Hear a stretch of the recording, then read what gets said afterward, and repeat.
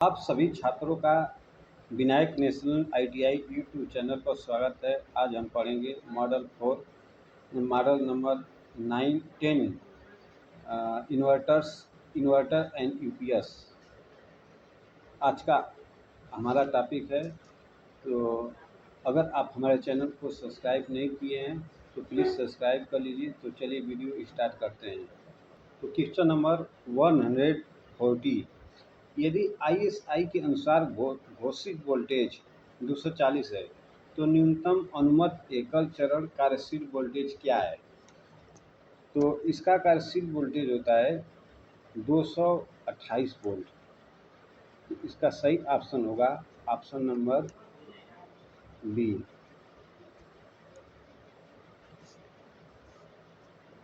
Question number 141, किस शब्द से तात्पर्य है कि किसी पदार्थ का द्रव्यमान इलेक्ट्रोलाइट से 1 कूलाम विद्युत द्वारा मुक्त होता है? तो इसका होता है विद्युत रासायनिक तुल्यांक। सही ऑप्शन होगा option number D. Question number 142, संक्षिप्त नाम यूपीएस का पूर्ण रूप क्या है? यूपीएस अनरप्टेबल पावर सप्लाई होता है। इसका फुल फॉर्म यूपीएस का फुल फॉर्म होता है यूनिरप्टेड पावर सप्लाई। इसलिए सही ऑप्शन होगा option number D. Question number 143, आवृत्ति कन्वर्टर कौन सा है? आवृत्ति कन्वर्टर साइक्लो कन्वर्टर्स होता है। इसलिए सही ऑप्शन होगा option number C. Question number 144, PWM का पूर्ण रूप क्या है? पीडब्ल्यूएम का पूर्ण रूप होता है pulse with modulation. Pulse with modulation. इसका सही ऑप्शन होगा option number B. Question number 145, offline UPS पर ऑनलाइन यूपीएस का क्या फायदा है? ऑफलाइन यूपीएस पर ऑनलाइन यूपीएस का क्या फ़ायदा है? तो इसका मेन फ़ायदा ये होता है कि परिवर्तन और संक्रमण की समस्याओं से मुक्त करना। तो सही ऑप्शन होगा option number D. Question number 146, निरंतर आउटपुट वोल्टेज का उत्पादन करने के लिए एक स्वचालित वोल्टेज स्टेबलाइजर में किस इलेक्ट्रॉनिक सर्किट का उपयोग किया जाता है? इसका होता है फीडबैक सर्किट। सही ऑप्शन होगा option number D. Question number 147, स्वचालित वोल्टेज स्टेबलाइजर के लिए किस फीडबैक नेटवर्क का उपयोग किया जाता है? वोल्टेज डिवाइडर नेटवर्क होता है। तो इसका सही ऑप्शन होगा option number B. Question number 148, चरणबद्ध वोल्टेज स्टेबलाइजर में कौन सा विद्युत उपकरण वोल्टेज को सक्रिय कर रहा है? ऑटो स्टेट होता है। तो पहले ही इसका सही ऑप्शन मिल गया, ये सही होगा। क्वेश्चन नंबर 149, एक डिस्चार्ज सेल के आंतरिक प्रतिरोध में क्या प्रभाव होता है? आंतरिक प्रतिरोध जो होता है अधिक होता है, इंक्रीजेज होता है। इसलिए सही ऑप्शन होगा ए।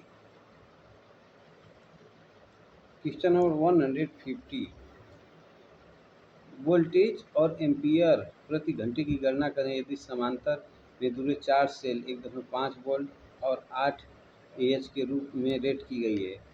तो 150 का इसका सही ऑप्शन होगा हल करने पर 1.5 एम 32 AH। अरे 1.5 को समांतर में जोड़ेंगे तो 4 हो जाएगा, तो 4 बटे 32 AH हो जाएगा। सही ऑप्शन होगा ऑप्शन डी। क्वेश्चन नंबर 151, स्वचालित स्टेप्ड वोल्टेज स्टेबलाइजर का अनुप्रयोग कौन सा है? तो 51 का है सी, टीवी रिसीवर। सी सही ऑप्शन होगा टीवी रिसीवर।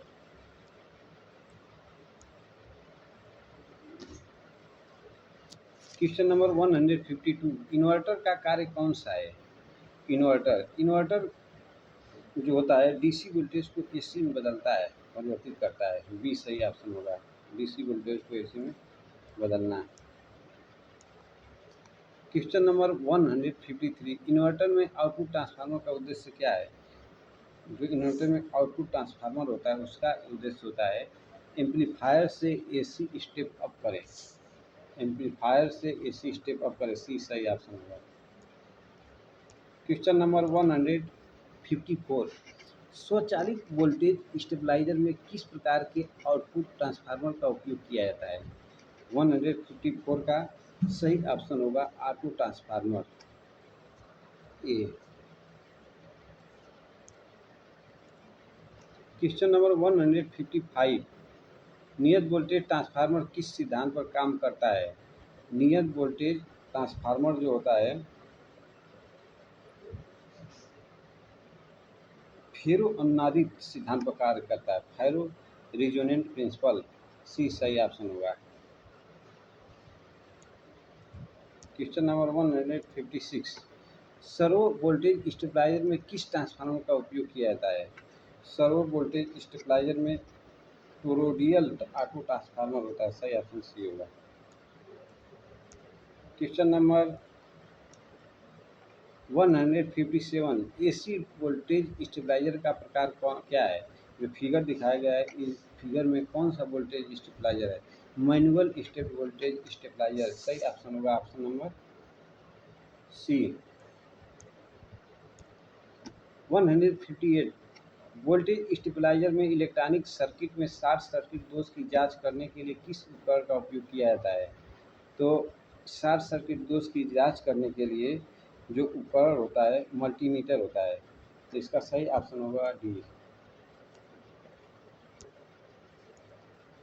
159, एक साधारण इन्वर्टर में महत्वपूर्ण चरण क्या है? एक साधारण इन्वर्टर में महत्वपूर्ण चरण जो होता है दोलक, एम्पलीफायर और ट्रांसफार्मर उत्पादन चरण। ऑप्शन डी सही होगा।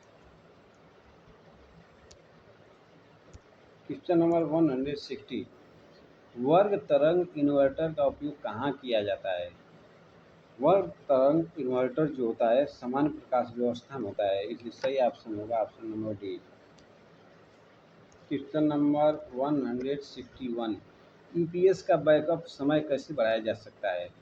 ईपीएस का बैकअप समय जो होता है बैटरी की एएच क्षमता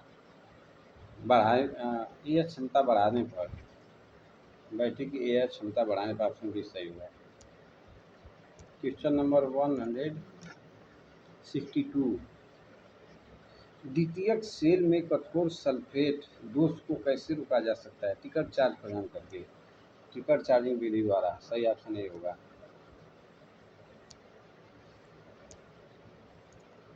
क्वेश्चन नंबर 163,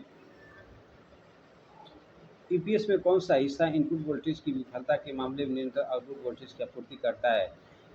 इसको हम बोलते हैं battery unit, inverter unit, rectifier unit, नियंत्रक इकाई। तो विफलता के मामले में निरंतर आउटपुट वोल्टेज की आपूर्ति जो होता है कौन सा हिस्सा करता है 130 का? बैटरी यूनिट होती है। सही ऑप्शन होगा ए।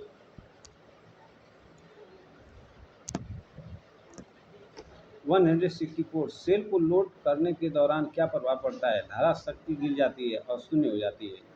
तो इसका सही ऑप्शन होगा 164 का बी, ध्रुवीकरण, पोलराइजेशन जिसको कहते हैं। 165, ईपीएस में कम बैकअप होने का कारण क्या है? ईपीएस में कम बैटरी की एम्पीयर क्षमता पर्याप्त नहीं है, कम बैकअप। सही डी। क्वेश्चन नंबर 166, यदि यूपीएस का आउटपुट वोल्टेज समान से अधिक है तो दोष का क्या कारण है? तो दोष का जो कारण होगा दोषपूर्ण feedback circuit, defective feedback circuit. सही ऑप्शन होगा ऑप्शन नंबर बी। 7, यूपीएस को पूरे लोड के साथ ट्रिप करने का क्या कारण है? यूपीएस को गलत ओवरलोड सेटिंग, ये जो सही ऑप्शन होगा बी।